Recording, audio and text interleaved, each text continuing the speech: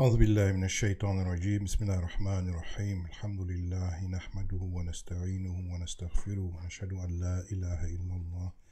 Assalamu alaikum. Peace be upon you, family members, dear friends, and also strangers watching this video. So the question I want to discuss and share with you my thoughts is the question of what constitutes a righteous life. Now, that question vexes any person at some point in his life because we are bombarded by ideas as to what constitutes righteousness and a good life. And so the question, I think, surely arises with you, my dear friends and family. And if you don't ask the question, it's also fine, but that just means that you are not a reflective person. You're an existentialist. You don't really care what is righteousness and what is it to be good or what it is to be. You don't apply any standard to yourself, and so you just exist like the cabbage outside in the garden, or like the tree outside. You just exist, and you in your mind might think that, look, I came into being, so I guess I'm just here. But I want to pose the question to those who really have thought about it and have asked themselves about it. What is a righteous life? Because surely we know what is not a righteous life. We know what is behavior that is offensive. We know what is a life that is obnoxious and unacceptable and troublesome.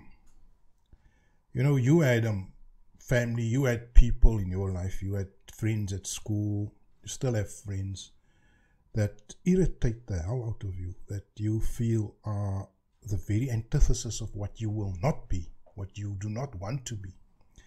And so I think we can agree that even if you don't want to ask yourself the question, what is a righteous life, that you do know what is an unrighteous life, or what is an despicable or an abhorrent life. So I think all of you will agree with me that you know what is unacceptable, abhorrent, despicable, whether it is in somebody's life or whether it is in their behavior. I think let us also just clarify that when I speak about a life, I mean your behavior. I mean your behavior linked to your ideas and your thoughts and your aspirations and your ideals. That is life. Life is your behavior, and that is shaped by the ideals and the aspirations and the dreams that you cherish. And so that is what I want to refer to as life. Now, let me start to answer the question by first saying, or by first suggesting what I do not regard as a righteous life, because they do not lead to a righteous behavior.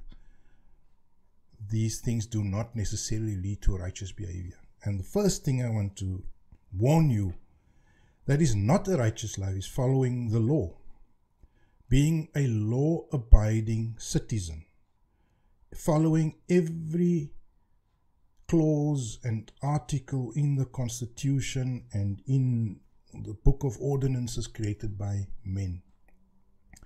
Especially not in our time. You know, you and I living here in Cape Town at the southern tip of Africa, and if you live anywhere, you might have your own experience. But our experience here is for most of our lives, if you are my age now, hitting 60 almost, then technically most of your life was spent where the law was illegitimate, where the law was created by evil members of society. Not necessarily all of them evil, but misguided and misled. We live in a time when the law said that the white human being is in some way different, if not superior, to the brown or black or yellow or red human being. Where the law determined that where you should stay, who you should marry, So the law was a farce. The law was a lie. The law was a falsehood for most of our lives, if you're over 60 years old. So the first thing that does not constitute necessarily a righteous life is to be a law-abiding citizen. Now, it doesn't necessarily mean that observing the law makes you not righteous, but I want you to understand that we need to have a healthy skepticism about the law. Second idea that does not constitute a healthy or a righteous life is to be a religious person in the classic sense of the word.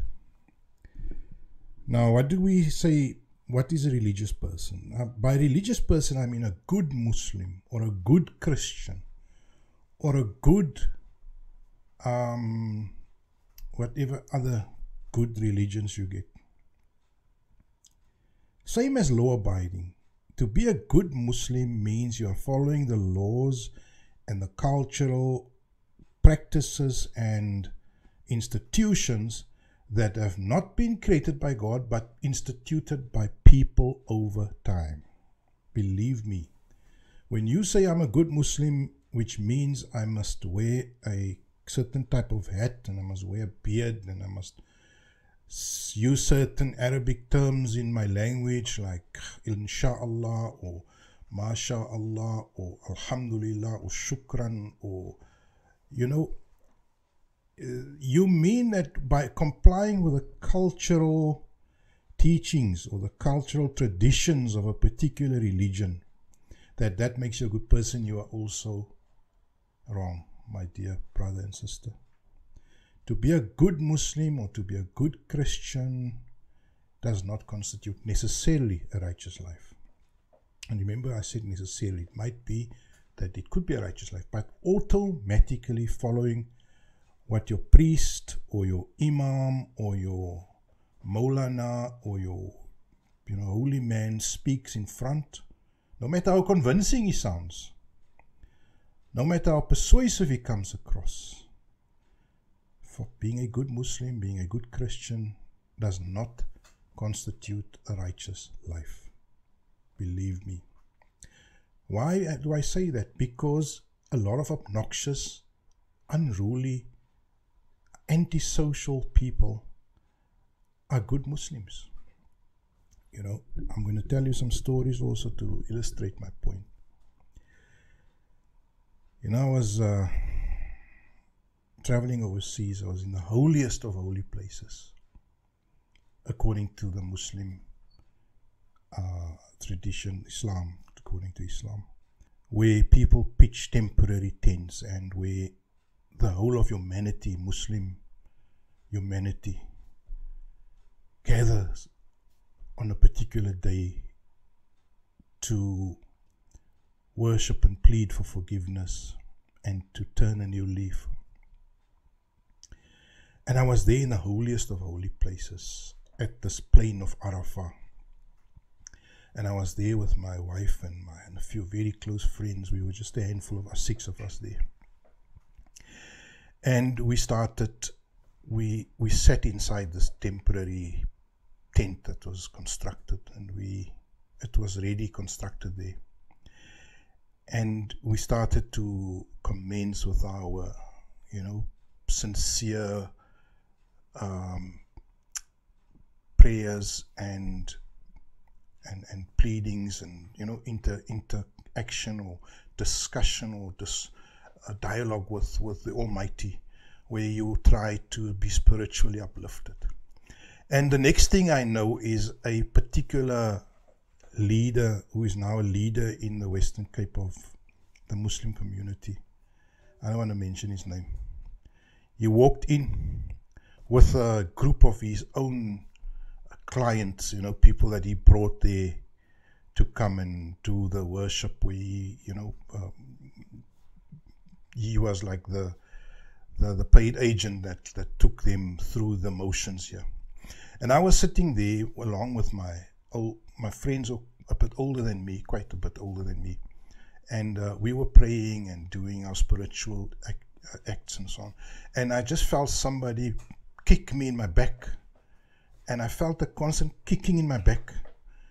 And I noticed a group of people with this leader of theirs being quite irritated with us. And the kicking I felt on my back was somebody's suitcase or a bag, talk bag that he had in his hand. And he was like swinging it and banging it in my back. And all the time he was telling us, what are you doing here? What are you doing here? This isn't your place. You didn't pay for this room. You didn't pay for this tent. And started a little bit of a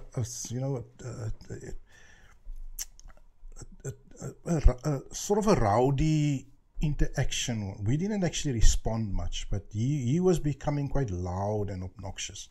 And this is a leader. This is not just any leader. This is today, I think, the top leader in the local Muslim community. And this guy was literally going on like a taxi rank, operator. He was like screaming and shouting at us, and he had his people not kicking us, but banging their bags against us and so on. Eventually, I finished off what I was busy doing, reading in the Holy Book, and I asked my friends, what are we going to do? And they said, let's just leave.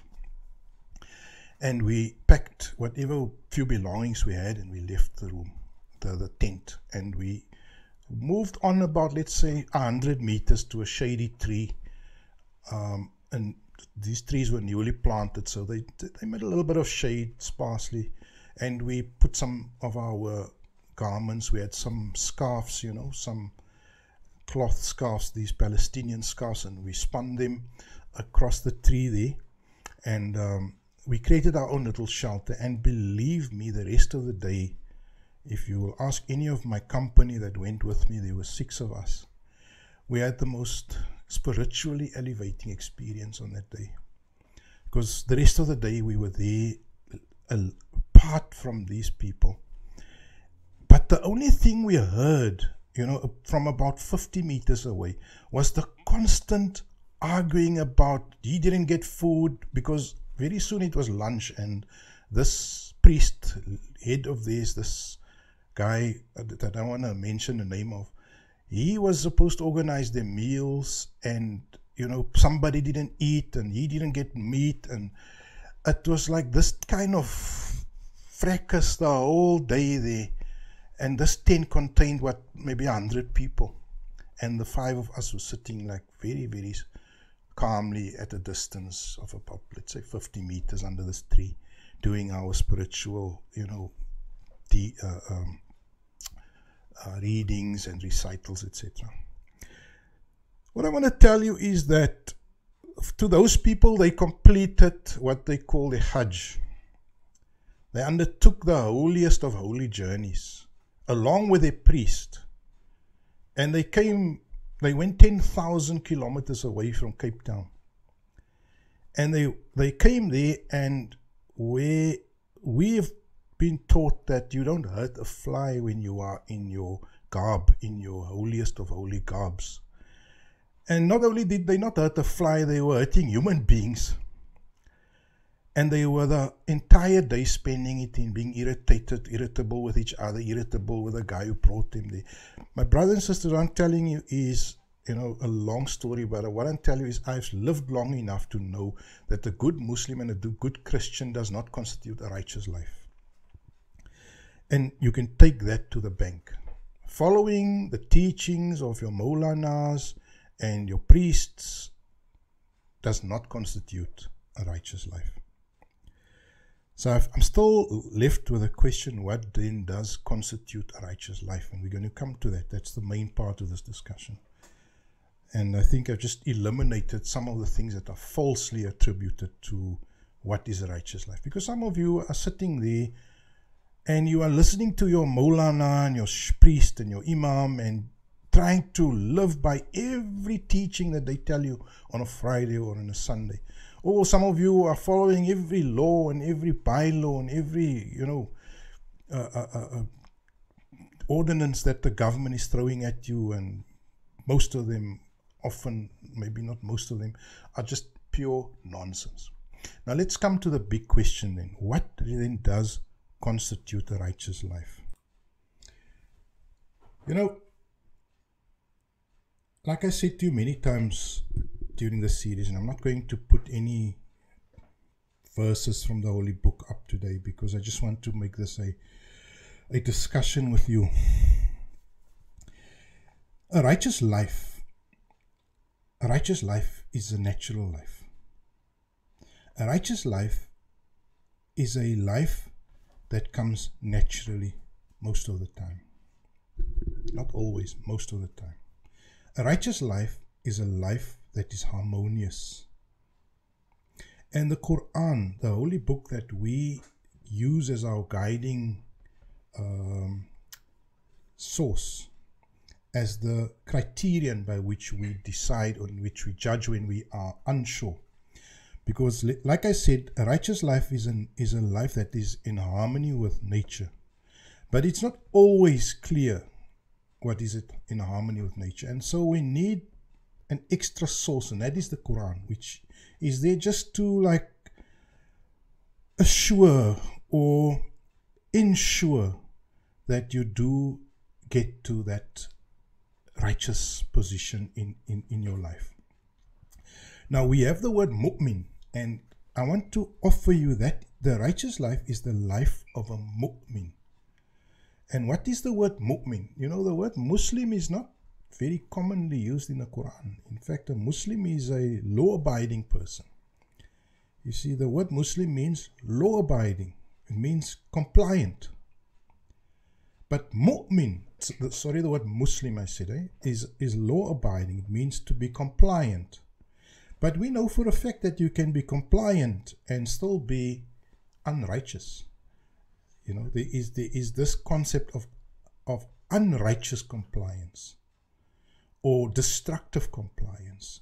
So a Muslim is not necessarily a righteous life, a life of Islam. Islam and Muslim are two related terms. You know, Islam is the abstract word that refers to compliance in general, and a Muslim is a compliant one. So compliance, Islam. The compliant one is a Muslim. Just for everyone's clarity, that is the meaning of the word Islam and Muslim. But being a mu'min has a different meaning. You see, the word mu'min comes from a different word. It comes from the word amn, which means to be secure. And a mu'min is somebody who makes secure. A mu'min is one who makes secure. So it is almost like the guardian that enforces or ensures security, right? And the word has a dual meaning, as many Arabic words, where it also means somebody who affirms. So do you get the idea of what a mu'min is? A mu'min is somebody who affirms, guarantees safety, guarantees harmony, establishes and keeps a hand on harmony. So whereas a Muslim is a compliant one, a mu'min is one that ensures harmony, that gives assurance, that gives affirmation. That is the word mu'min. And now we come to the word, to the idea, the topic of the discussion is, what is a righteous life? There are two areas of harmonious affirmation. And the word related to mu'min is iman. You see, two words are connected, mu'min and iman. Iman means a state of equilibrium, a state of harmony, a state of peace, a state of balance, right? So iman means you are a maintainer of balance and equilibrium. Islam and Muslim go together. That just means you are compliant, and the word Islam means the general abstract term for compliancy. Now we are striving not to be Muslim only, because being Muslim is okay. It means you are law-abiding. But as I said earlier, being law-abiding is not necessarily being righteous. You can be an unrighteous Muslim. Right? You can be an unrighteous Muslim. In Arabic, we have the word fasiq, a person who is a Muslim but unrighteous. And in our understanding, which is the rationalist, Mu'tazili, Zaydiya, rationalist understanding, the fasiq is not necessarily guaranteed paradise. So you can be Muslim and be in hell. In fact, I'm going to break the news today to you that my reading of the book is that most Muslims will actually not taste the sweetness of Jannah. My reading of the book is that most people, including most Muslims, will not taste the sweetness of paradise. Sadly so. Because if you are unrighteous and compliant, it nullifies your compliance. Your compliance is only accepted when you are a righteous person. So it brings us back to the question of what is a righteous person, and I'm linking it to the idea of a mu'min, to the idea of iman, equilibrium, affirmation of harmony, justice, nature. So what is this equilibrium, this iman, this mu'min that we are striving for? You see, it's complicated and it's simple. Let me take the example of a vehicle. If you have a car and the car is well tuned, it's parked in a garage, it's washed every week, you top up the oil regularly or ensure that the lubrication, the moving parts are lubricated always, that the filters are always replaced. When you drive it, you always drive it in a way that ensures that the car runs well and purrs like a kitten. Then you have done justice to the car. That is the first part of the equilibrium, is the maintenance part. You see, as human beings, we have to maintain ourselves, and we have to maintain our families, and we have to maintain our environment. Now, the first part of being a righteous person is to be righteous in terms of the way you treat yourself, the way you treat your family, the way you treat your community, the way you treat your environment. And there are a load, as the Americans say, there's a ton of commands in the Holy Quran around that maintenance. You see, the way I deal with my wife is an aspect of that righteousness. And the Quran expresses itself on that point. It says that you should deal with your wife with love and with kindness and with mercy, and not with arrogance and with rudeness and with pride and with, and with injustice. That is there. How should I deal with my children? You should care, you should love, you should be kind. With your community, you should spread morality, you should spread decency in society. So many times the word zakah, which means to purify, is raised. Purifying your society is a key aspect of being a righteous person. So you can't be a righteous person and sleep with 20 women and have 10 different children from different mothers, and you don't even know who your children are. That's an unrighteous existence.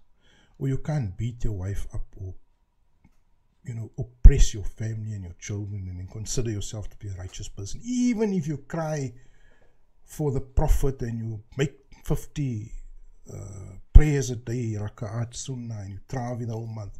But if you beat your wife, and if you are unjust to your children, and if you do not pay your dues, you are an unrighteous person, and you will not be acceptable in paradise. A righteous person is somebody who maintains kindness, harmony, love, and justice in his own life and with his family.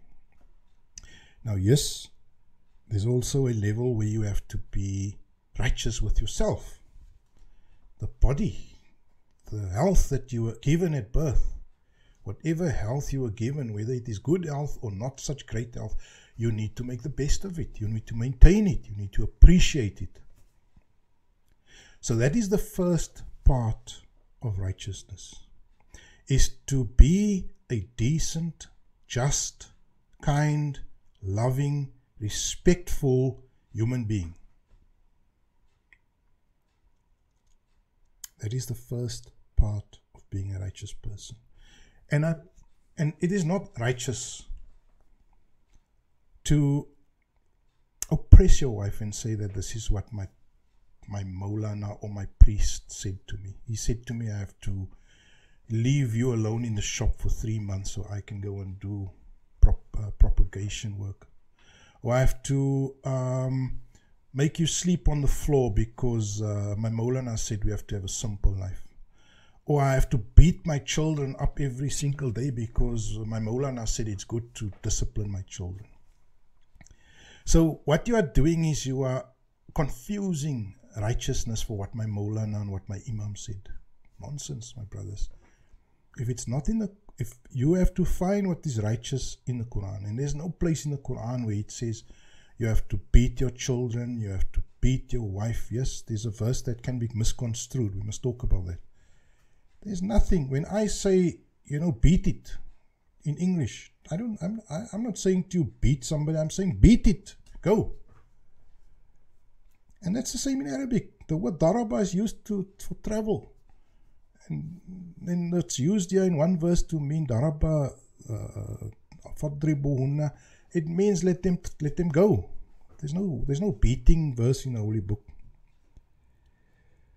So the first aspect of being a righteous person is to be decent, kind, just, fair, honest to yourself and to those near and dear to you. But that's the first part, you see. That is only the part where I said to you that you're maintaining the vehicle. You are topping up the oil, making sure there's fuel in, making sure it's well lubricated, polishing your car. It's a good car. You've maintained it well.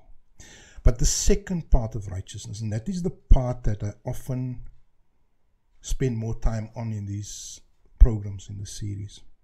The second part of righteousness is really the main part. You see, we are not just here to maintain ourselves, because that would create a senseless world. If I'm just here to maintain this garden, and I have a beautiful garden outside, I want to share it with you, maybe then you can see what I'm looking at as I'm talking to you. Let me show you this. This is what I'm looking at as I'm talking to you. This is right in front of me, and I've plenty to be grateful for and to thank the Lord for, as I'm sitting here and looking out across this body of water in front of my eyes. But what we can't do is to say that all of this, the beauty, the health, the love, the family, the children that we adore and that we, cherish, and all this that we have here is just an end in itself. You see, that is the problem. There is a second part to Iman, or to righteousness, which is the trajectory of our lives. So the trajectory of our lives has to have meaning also. Let me take something that is very common and familiar to all of you and to me also. When you watch a series on TV, or you're watching, let's say, a series, let's say the series Vikings, You know, what you are watching is, you are watching a story every episode. And in that story, there's the character of, let's say, Ragnar Lothbrok. And you are immersed in his character, his bravery, and his intelligence, and his commitment to his family and to his people. But every episode is about maintaining the characters. But you see, you would not watch it if all that there was this maintaining of the character. There has to be a greater arc. There has to be a greater trajectory. You want to see progression in terms of what is happening over the 20 episodes that you watch the story of Ragnar in Vikings. And that is the second aspect of righteousness I want to deal with you now, finally, in the final section of this discussion. You see, righteousness is not just about maintaining and being just and being decent and being honest and not taking people's due, not being insulting or degrading or oppressive or taking what is not yours. That is not righteousness on its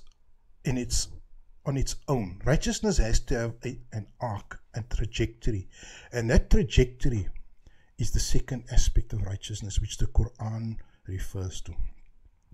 And that is the need for us to have a life that has meaning to us and to our Creator.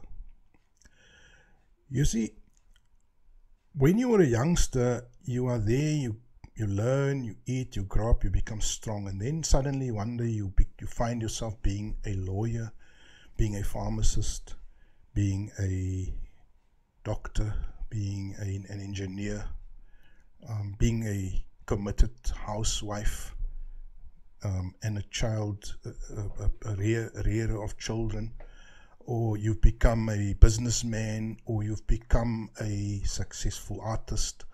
Whatever you are, suddenly one day you find yourself, you have accomplished a position, an identity in life. And you are married and you have maybe a few children. Now this is now where the second aspect comes in, the second aspect of righteousness now. You see, you are going to be in a position where you practice your law, you practice your medicine, your surgery is open, your dental services, whatever you're doing, your business is running. And in there, righteousness, as you have an opportunity to be a righteous person.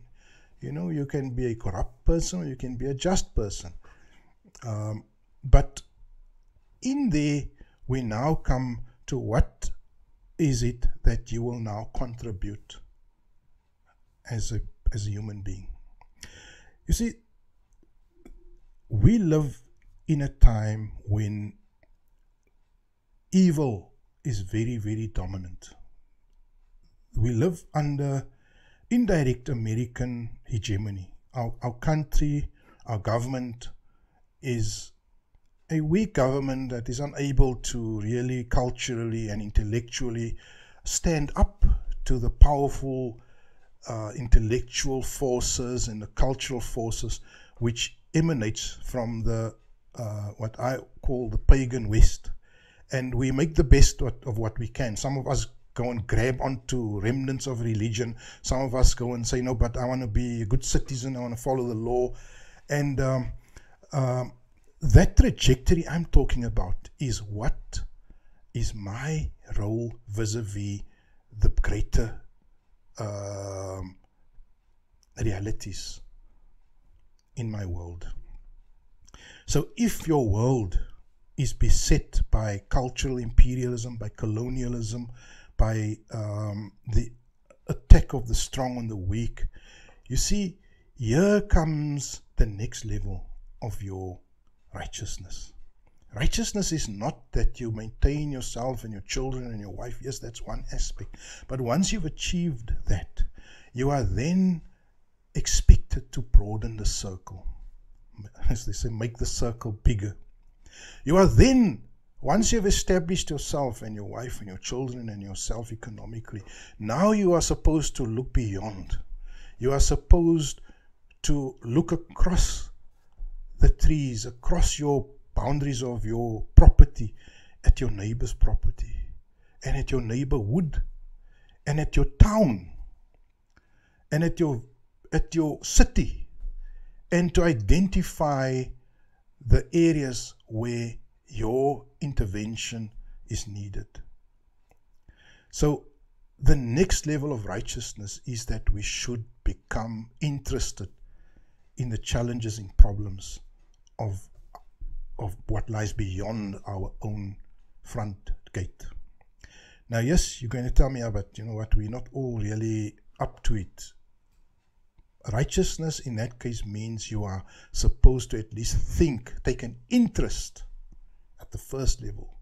You should know at least that your neighbor is going hungry, or that your neighboring area across the railway line, that there is hunger and suffering there, and you should at least supposed to feel bad about it, let alone get involved in some sort of voluntary project, because that is the ideal, is to volunteer, to become involved in at least some sort of voluntary way.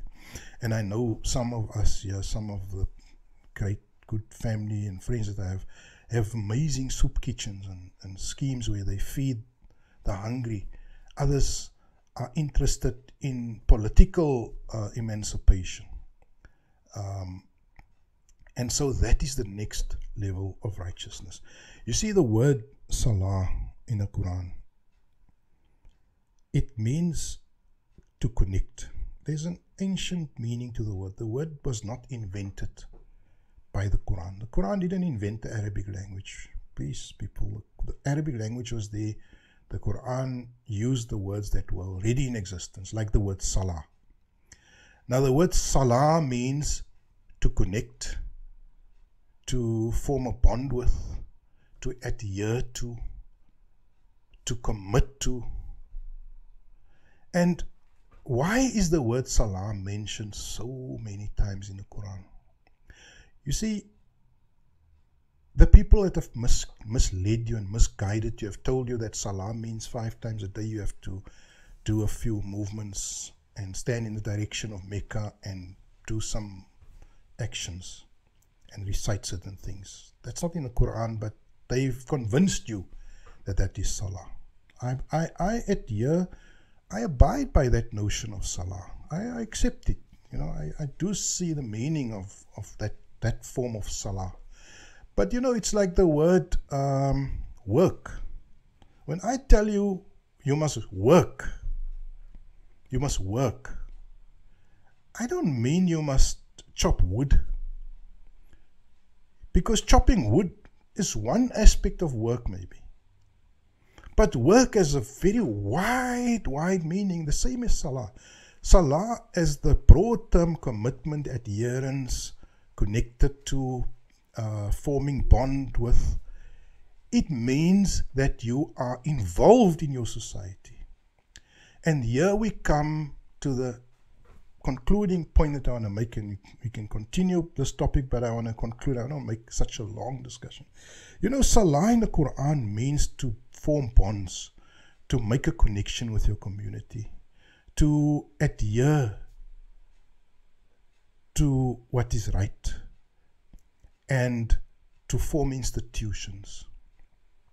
Now, making connections and all those hazy words all amount to one thing, and that is to build institutions. Being a musalli, making salah, is somebody that institutionalizes righteousness. By starting a school, by starting a soup kitchen, by starting a creche, by starting an advocacy group that fights against whatever injustice the community is facing. And there are many injustices. Forming connections, institutions, organizations, getting people involved, mobilizing people, galvanizing people, recruiting people, and getting involved with them to establish righteousness, to fight injustice, to assist the poor and the needy, to counter the effects of oppression and dispossession and colonialism. That is the concept of Salaam, my brothers and sisters, and that is the ultimate form of righteousness. You see, if you think righteousness is going and waiting for 1 o'clock so that you can go and 4 times pray and make out up and down, you are sadly mistaken, my dear family member, brother or sister. But if I want, and here I am to tell you that you are mistaken. If you are cut off from your community, if there's nothing going on, if you are not involved in anything, if you are disinterested in the civic association, in the school governing body, in the creche of your children, in the mosque committee out there, providing these mosque committees are not dens of iniquity and dens of corruption and evil. But if it's a mosque committee that is righteous and that is generally trying to do good in the community, and I would say even for my Christian brother and sister, if it is a church that is doing righteousness, that is spreading good in the community, then you need to be involved. Being a Muslim means being an involved person in your community. Not, you see, you cannot sit at home and make salah and fast and pay 2% whatever you want to pay and recite the Quran till, forever, back to back, and think that you've been a righteous person. I'm here to tell you the truth that is not righteousness. Righteousness involves being just, being kind, being honest, first of all, to yourself. That's the maintenance level. But at the second level, being a righteous person means spreading your wings, being involved in your community, being involved in whatever way, shape or form. And if you think that you can go and tick the boxes, I made my 5 raka'ats, I 5 salahs, I gave my 2%, I went to make my hajj, I recite the Quran, I whatever did this and this and that, but you are unwilling to make a change in your society beyond tokenism, real change in society. Get involved in a just cause, get involved in the environment, in preserving the environment. Here in this neighborhood that I stay, we have a neighborhood, because this is a nature reserve also, and there's a nature conservation body here, and I always encourage, my family to get involved. So being involved in your community is another important component of righteousness. But let me just say lastly, the part that I'm not covering in this lecture or in this discussion is the aspect of righteousness that involves your spiritual emancipation. Because all of this is mere lip services and acts if it does not get grounded in a heart that is sublime. You see, your heart, your mind and your heart should be emancipated from the greeds and the impulses and the cravings of this world. And the righteous human being is the one that cultivates his soul, is the person that reflects on death, on the supreme creator, on the magnificence of his creation, on the smallness of his own stature and the vastness of the universe, and that reflects on the eternal future that comes after death. And those are the aspects of righteousness that I'm not covering here, but that I have covered in other lectures, is that we cannot hope to be righteous people in the sense of being people connected or involved, and if we are not cultivating the spiritual core that is the throbbing heart of all of this. So let me finish off there, and the purpose of this discussion was to answer the question, what is a righteous life? And I've started out by telling you what is not a righteous life. If you think you can be law-abiding, tick all the boxes and be a good Muslim, a good Christian, a good Shia, a good Shafi, a good Hanafi, you've got it. You're missing the point. I've explained to you what a righteous life really means in terms of the Quran. It means to be kind, to be decent to yourself, to respect your own health, to enhance your own health, and also to those very near and dear to you, and to eventually to grow that circle and to take that benevolence and that justice and that kindness outside of your own domain, and to become a person of your community, to be connected, to if you do not organize yourself, your community, to join those that have organized themselves, and to become a person who volunteers. And I'm not saying that you must sacrifice your work, your career. No, the career is the career. But the career is part of maintenance, my brothers and sisters. The career is part of maintenance. You can't say that my career is my life. I'm just working till I retire at 60. No, that's not a life. That's a slave existence. So unless your career is in fact full-time being a soldier and being in the battle and serving your community, you cannot say that my career as a doctor, as a lawyer, as an engineer, as a housewife, as a businessman is an end in itself. No, it is a means of feeding yourself, sustaining yourself, and in that there has to be also righteousness in the way you conduct yourself in your career. You cannot be unrighteous in your career and then you want to be righteous at home. You know, like one person was telling me that they work in the bank, and they are the ones that follow up where people can't pay the interest on their cards. You know, that is an objectionable career. That is not a career that is in any way, because you are earning your funds, your sustenance from something which is oppressing other people. The same with anyone who's making a career out of serving the oppressor. That is no career. You know, just remember, rizq or sustenance does not come from the oppressor, does not come from your enemy. Sustenance comes from the soil, it comes from the air, it comes from the sky, it comes from the sea, and all those things are available to you. You see, all that the oppressor does is it takes nature and puts you to work to make him rich. No, sustenance is from God. Sustenance is from the Creator. And even if you have to survive on an empty stomach, it's better than living on a full stomach with which you served the enemies of nature and of God. I think I've covered quite a few points in these few minutes. I would like you to consider, you know, I'm also myself, we take stock of ourselves, we take stock of our relationships, we take stock of our involvement in society. And, you know, if the very least you can do is just, you know, at least feel for those who are oppressed, then do that.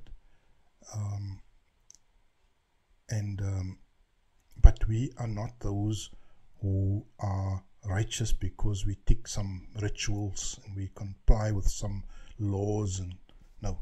Then that Israeli citizen who's living in Tel Aviv, that is following all the laws, he's considering himself to be a good person. You know, or that American that is serving in his army and dropping drones, or sending drones over to Somalia where they wipe out wedding parties and so on. He might consider himself a good person. But we know that these are obnoxious people. And so you have to think hard, what is a righteous life? What does it mean to be a righteous person? And hopefully, I hope you will be able to reflect on it and come to some good answers for yourself. Alhamdulillahi Rabbil Alameen.